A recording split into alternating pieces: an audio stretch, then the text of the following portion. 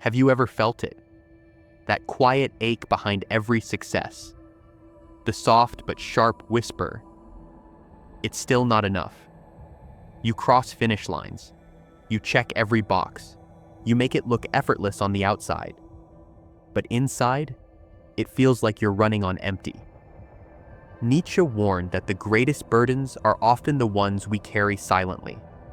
And perfectionism, it's one of the heaviest. We tell ourselves it's about ambition, that we are simply people who aim high. But what if that's a lie we've told ourselves for years? What if perfectionism is just fear?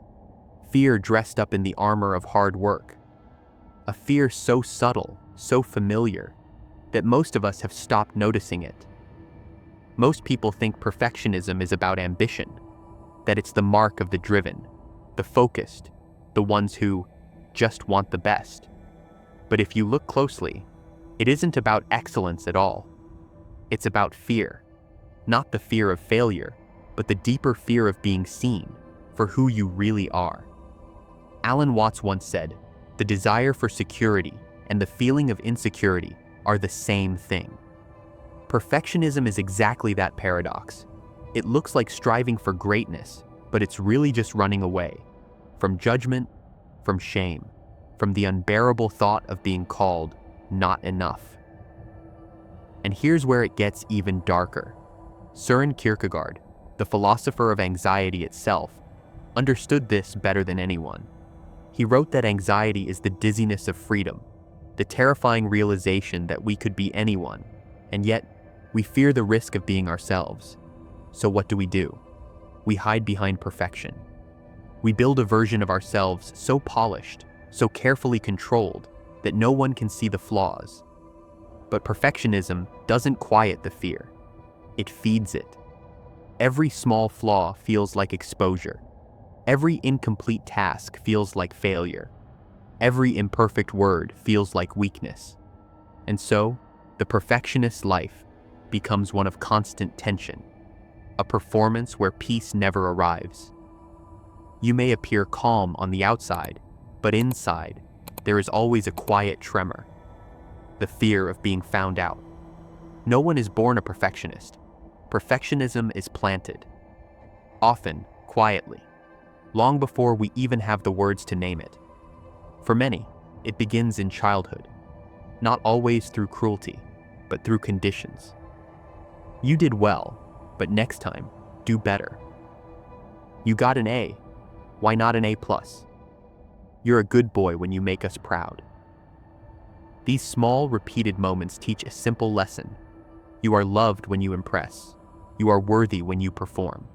Carl Jung called this the creation of the persona, the social mask we build to survive. The child, sensing that being themselves may not be enough, crafts a version of themselves designed to win approval, avoid punishment, and hide vulnerability. But here's the cruel irony. This mask, once useful, becomes a prison. Erich Fromm, in his exploration of human freedom, described how individuals often surrender their authenticity just to feel safe in a world that feels overwhelming. Perfectionism is the child's adaptation that lingers into adulthood. We no longer seek just our parents' approval, but everyone's. Teachers, bosses, lovers, strangers online. And so we strive, chasing applause and mistaking it for love. But deep down, you already know, no applause has ever felt like home, because the child within you was never seeking applause. They were only ever seeking to be held and told, you are enough, even now. The tragedy of perfectionism is not just that it begins early, but that it never ends. There is no finish line, no final victory, no moment where the perfectionist leans back and says, yes, this is enough. Every achievement is immediately replaced by a new standard. Every compliment silenced by an inner voice whispering, you could have done better. Arthur Schopenhauer saw this cycle for what it is, a wheel of desire, turning endlessly, promising fulfillment, yet delivering only more longing. You don't conquer anxiety by achieving more, you fuel it. Every task done perfectly only raises the bar for next time. It's like walking a desert, seeing water on the horizon, only to find it was a mirage, and then convincing yourself that the next one will be real. Albert Camus would call this the absurd, the tragic dance of humans searching for meaning in a pattern that offers none. And so the perfectionist becomes trapped in a game they cannot win. They don't stop because they are driven. They can't stop because they are afraid. Afraid of disappointing. Afraid of failing. Afraid of simply existing, flawed and unfinished, like every other human being on this earth. And this is where it hurts the most. The closer you get to perfect, the emptier it feels. Because what you truly want was never perfection. It was peace. It was to finally rest. Behind every perfectionist is not just a hard worker. There is someone who quietly believes they are never enough. Perfectionism is not a thirst for greatness. It is often a shield against shame. Friedrich Nietzsche knew this intimately. He wrote that we are not troubled by external judgments as much as the voice inside us that whispers in the dark. The perfectionist's voice is relentless. It doesn't say, "You could do better." It says, "You are not enough unless you do better." And so you begin to confuse achievement with worth. You don't simply want to do well. You need to do well. Because without it, you fear you will be exposed as unworthy, as small, as flawed. Jean-Paul Sartre would call this bad faith.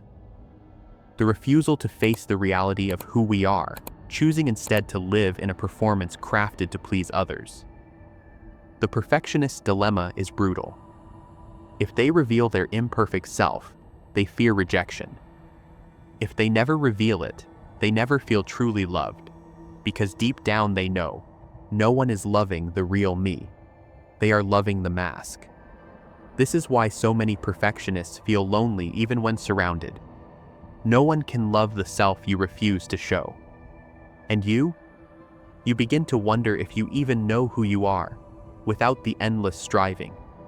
Have you ever asked yourself, who am I if I am no longer perfect? Perfection doesn't just tire you, it steals from you.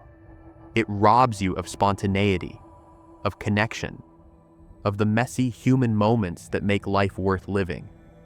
Fyodor Dostoevsky once wrote, "Man is sometimes extraordinarily, passionately in love with suffering." And isn't that what perfectionism is? A quiet devotion to suffering, a belief that if you just suffer enough for it, you will finally be worthy. But here's the reality most don't admit. Perfection doesn't bring you closer to others. It pushes them away. How can anyone truly love you if you never let them see you, the real you, with all your imperfections? Carl Jung knew this too well. He warned that what we refuse to face within ourselves, we inevitably project onto others. The perfectionist, blind to their own humanness, often judges others just as harshly. Perfectionism strains relationships.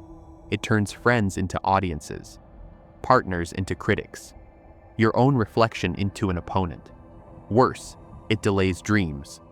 How many people have you seen waiting until things are just right before they take the leap? Years pass, opportunities fade, and still, the perfectionist adjusts the mask instead of stepping onto the stage. But here's the most painful cost. Perfectionism creates unbearable loneliness. Because how can you feel seen when you've hidden yourself behind layers of control? And how can anyone love you if you never let them touch the parts of you that you fear are too flawed to be accepted? Be honest. How many precious moments have you postponed, waiting to be perfect first? Perfectionism is a spell, one you didn't even realize you were under. But every spell can be broken. Schopenhauer believed that much of our suffering comes not from life itself, but from the illusions we insist on clinging to. And perfectionism is exactly that, an illusion. The illusion that you must earn love by performing. The illusion that you'll finally feel safe when everything is flawless. But what if, and stay with me here, what if the thing you fear the most is the very thing that could set you free? Alan Watts spoke of this directly. The more we struggle for life, the more we are actually killing what we love. Perfectionism kills life because life is imperfect by nature. It is messy, spontaneous, unpredictable. And yet, everything you actually desire, intimacy, creativity, peace, lives inside that imperfection. The awakening isn't about giving up or lowering your standards. It's about seeing clearly, about realizing that no amount of flawless execution will bring the love, rest, or freedom you seek. It will only numb you and exhaust you. The path forward is terrifying because it asks you to step into the unknown, to risk showing your cracks, to be, as Watts would say, authentic rather than merely impressive. And yet, isn't that what you've always wanted? Not to be admired, but to be held. Not to be perfect, but to be accepted, truly accepted. Here's the truth most people avoid. The freedom you've been searching for is not hidden behind perfection. It's hidden behind vulnerability. Jean-Paul Sartre once said, "Freedom is what you do with what's been done to you." You did not choose the seeds of perfectionism, but you can choose whether to keep watering them. You don't have to keep proving yourself. You don't have to keep wearing the mask. You don't have to live your whole life waiting to be good enough before you show up fully. Carl Jung would tell you, your wholeness is not found in being flawless, but in accepting your shadow, your fears, your cracks. True freedom is not when others applaud you. It's when you no longer need them to. It's when you realize that the people who matter aren't the ones who are impressed by your mask, but the ones who love the person behind it. Even now, you might feel the resistance rising. But what if they reject me if I'm not perfect? And yet, isn't that the risk worth taking? To finally step off the stage and stand in the quiet, not as the performer, but as the human? Because in that space, you'll find something that perfection could never give you. Peace, love, a life fully lived. And maybe, just maybe, you'll discover that you were always enough, even in the moments you felt most unworthy.